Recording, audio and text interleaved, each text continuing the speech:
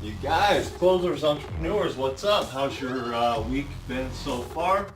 Hope it's been awesome. Second week of the year, and you definitely want to make sure you get this month off to a good start, set the tone for the rest of the year. So, if you're where you want to be, great, go exceed it. If you're not where you want to be, don't quit.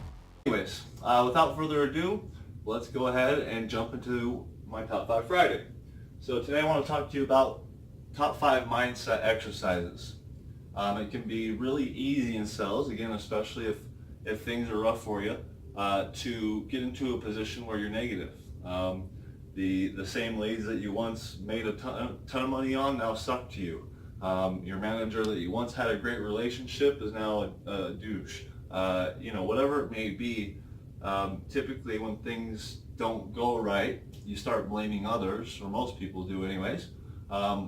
When all reality, you should just take accountability, take a look at yourself, and put in a little bit of work to help put yourself in a better position or pull yourself out of the slump, if you will. So the first tip that I would give somebody if you're trying to improve your mindset is set your intention.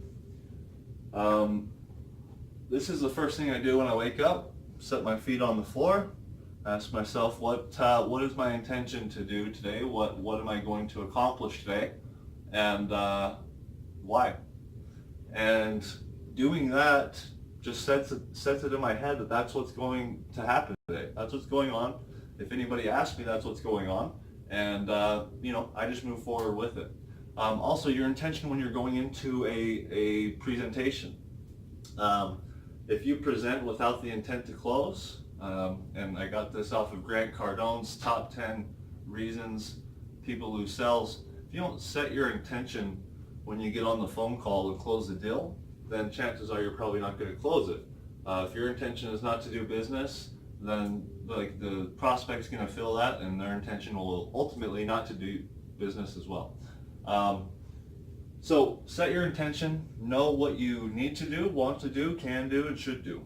And figure out, even if it's just today I want to be a little more patient, today I want to help people out a little bit more, focus on that. Or if it's a measurable goal, like you want to make this much money or throw out this much volume, whatever it may be. Set your intention for the day so that you can be very clear about what you're doing and what your focus is for that day. You got 24 hours. If you don't keep them focused, then they fly by. We all know that.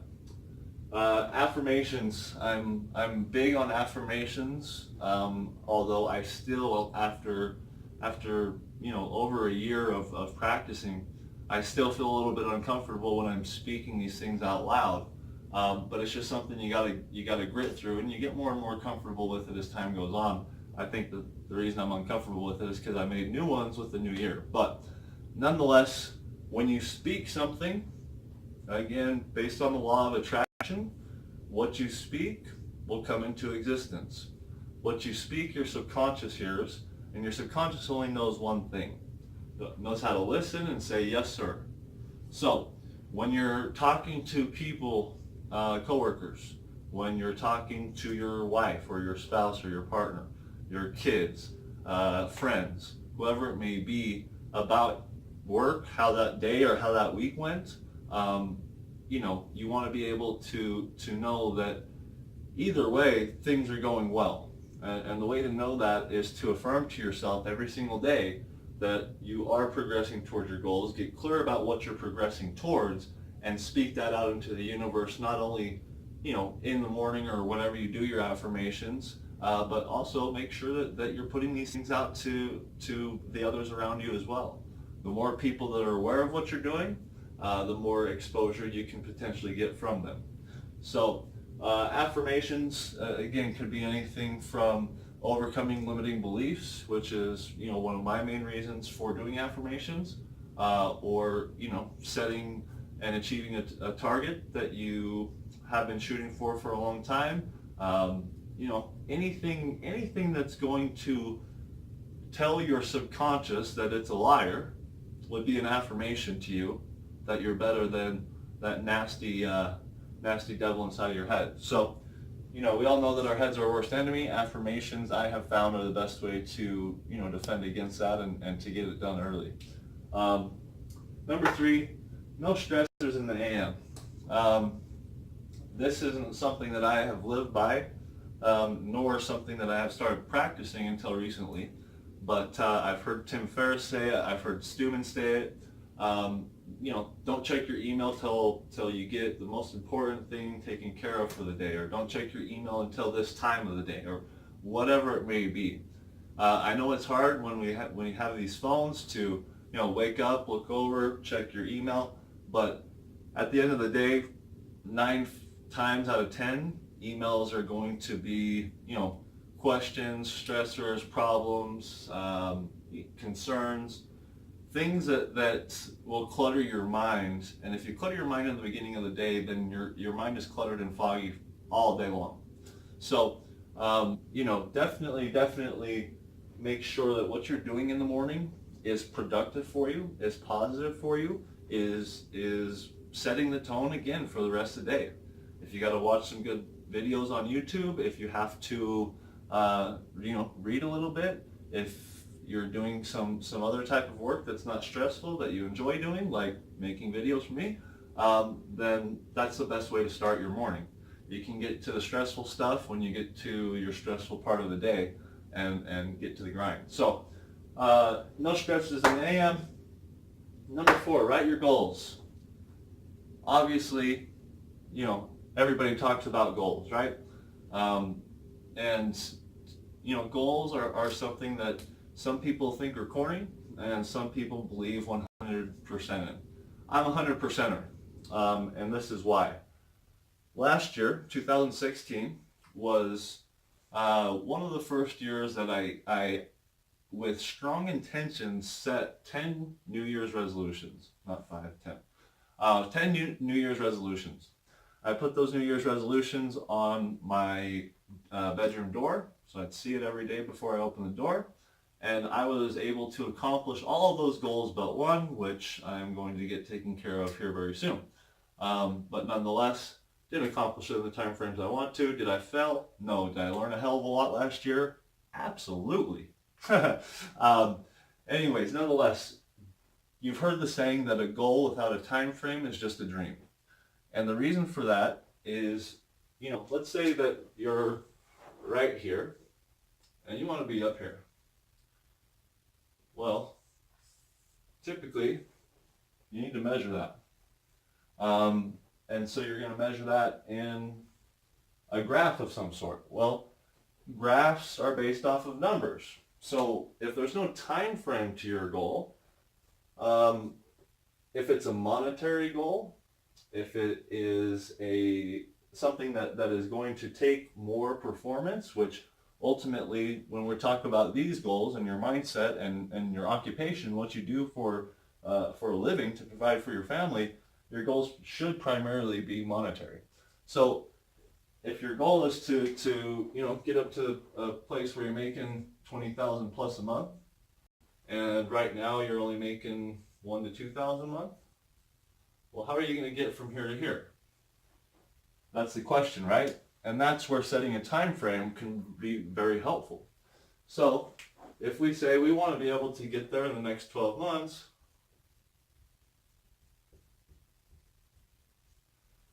so you got 12 months there, and we put a mark for each 1,000 here. So then you get to measure, okay, well, I'm making $1,000 to $2,000 a month now. In the next 12 months, I want to be up to $20,000. That's at least an $18,000 deficit or improvement that I need to make.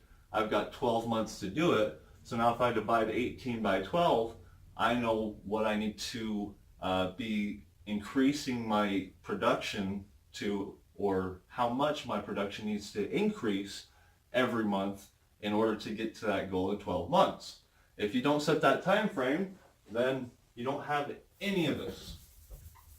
All you have is a number.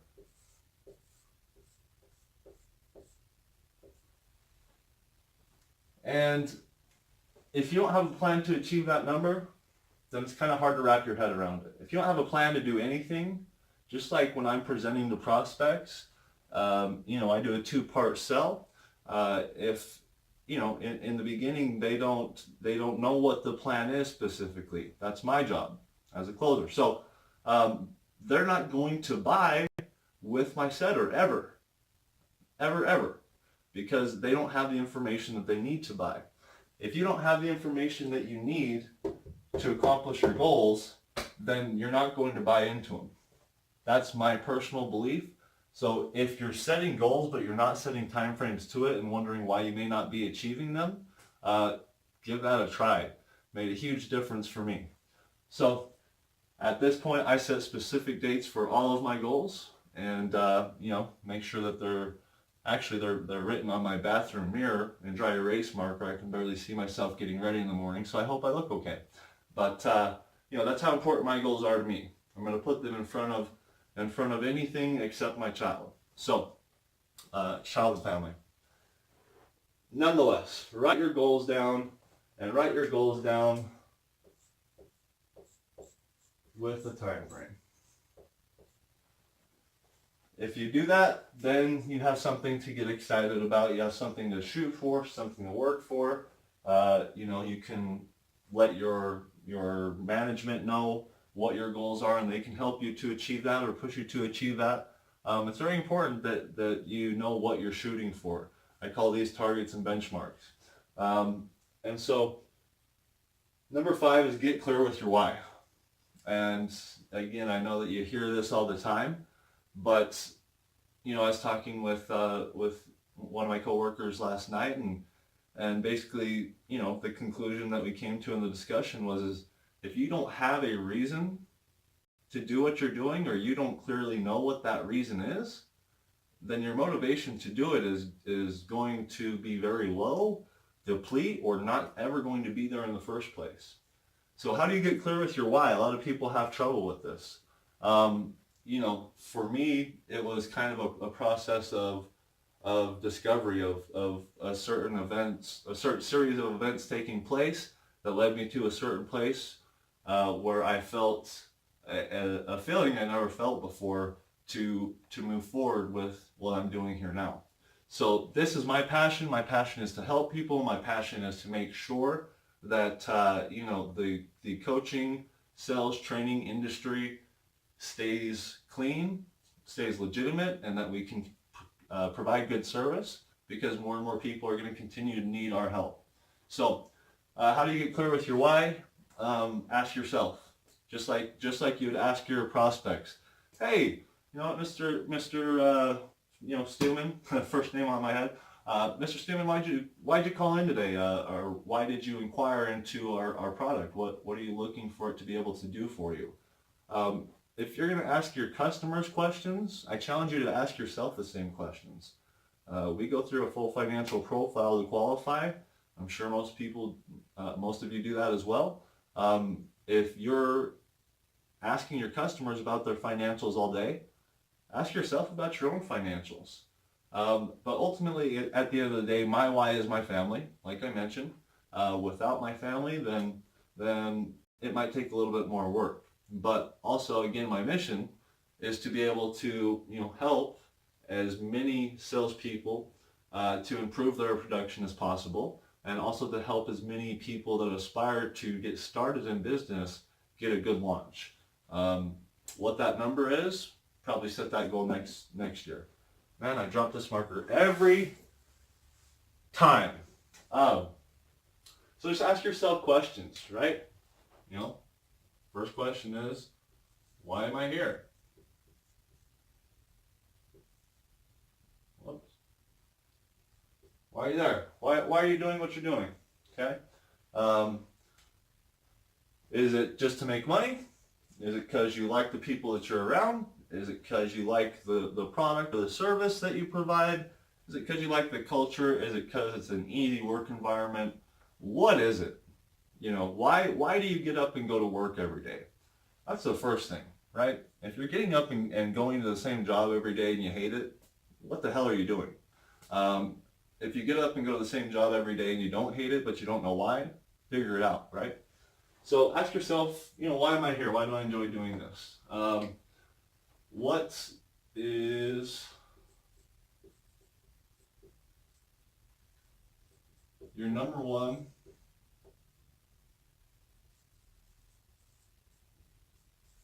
or primary motivation? Again, for me, it's my family. For some of you, your number one motivation might be your family as well. Might be, possessions. Might be, stacking up the bank account. Who knows, right? But you need to figure out your number one motivation, your number one reason to be doing what you're doing. Again, this goes back to goal setting, figuring out the why, writing the goals down, knowing what to put in these affirmations, knowing what intentions to set. So if you're not clear on your why, none of the rest of this works. So, that would be the second question I'd ask. What's my number one motivation to be here? Why do I get up and come and do this every single day, right? Number three is what you're doing getting you closer to your goals.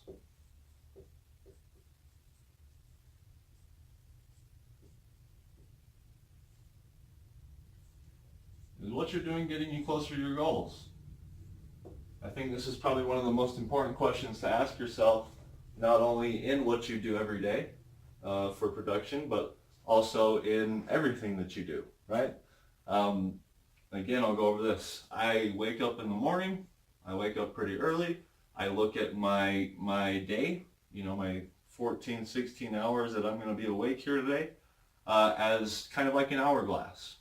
The hourglass has energy, and I determine how quickly that energy falls from the top to the bottom based on what I expel, right? And so it's very important to manage your energy to be able to know, is this getting you to your goals? If it's not getting you to your goals, then your energy is in vain. Then you're just floating by. You're just going through the motions.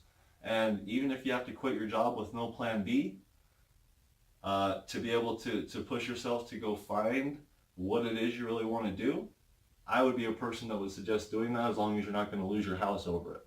So, is what you're doing getting you closer to your goals, right?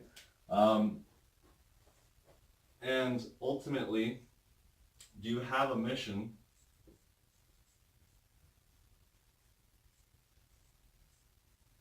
in what you're doing?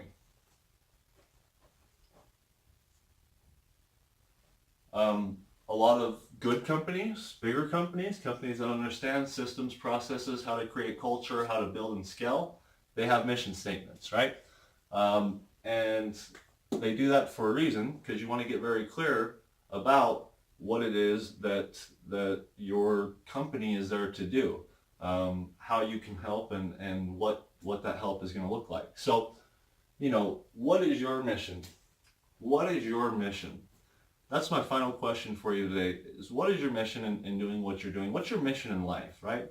If why is too vague for you, call it a mission, call it a purpose, call it whatever you want to call it, but it's your reason for waking up and going above and beyond, going the extra mile, doing the things that other people aren't willing to do in order to get to where you want to be. That's your mission, that's your why, that's what you have to get clear on. So if your mission in your occupation is to, help people improve their production, great. How many people do you want to help improve their production, and what do you anticipate, what do you want to plan on being able to help them produce their production by, in terms of percentages or measurable value? Is your mission to be able to help everybody that you talk to in one way or another? If that's your mission, great. It's pretty easy to accomplish. You can help somebody with a simple smile. Is your mission to go take over the world? Is your mission to be Jeff Bezos, right? And go as far as you can all around the globe with your business practices and until you get red flags up and then have enough money to bypass them. Gotta love Texas entrepreneurs. Is your mission to simply provide for your family and have time to spend with them? That's my mission. I want to be able to provide a great life for me and my family without having to take the 16 hours of my day and worry about the energy I'm expelling grinding. But I do it now so I don't have to do it later. And that's what I tell my son, so I tell my wife, and they get frustrated. I make sure that I spend time with them, but that's an area that I need to improve in. That's my mission. That's why I do what I do. So ultimately, my why is my family. My mission is to spend more time with my family and still provide them a great life. So your why is going to connect directly to your mission, 99.9% of the time. I know that was a little lengthy, you guys, but this is, very important stuff if you ask me. This stuff right here is even more important. It probably should have been number one, but I started, kind of with the easiest things and went down the list that way.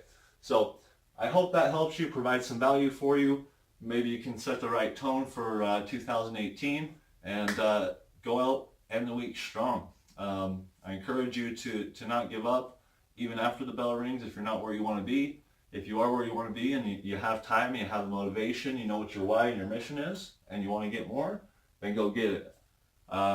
Keep closing, keep killing it. Let me know if you guys need anything, if you have any suggestions, if there's a specific topic that you may want to hear about, or if there's anything that I can do for you. Again, check out my blog, sellerbesoldblog.wordpress.com, YouTube at No Limit Consulting, Instagram at No Limit Business, and Facebook, Tyson Todd Jones, or the Entrepreneur Entourage at Hustlers Not Anonymous. So appreciate you tuning in.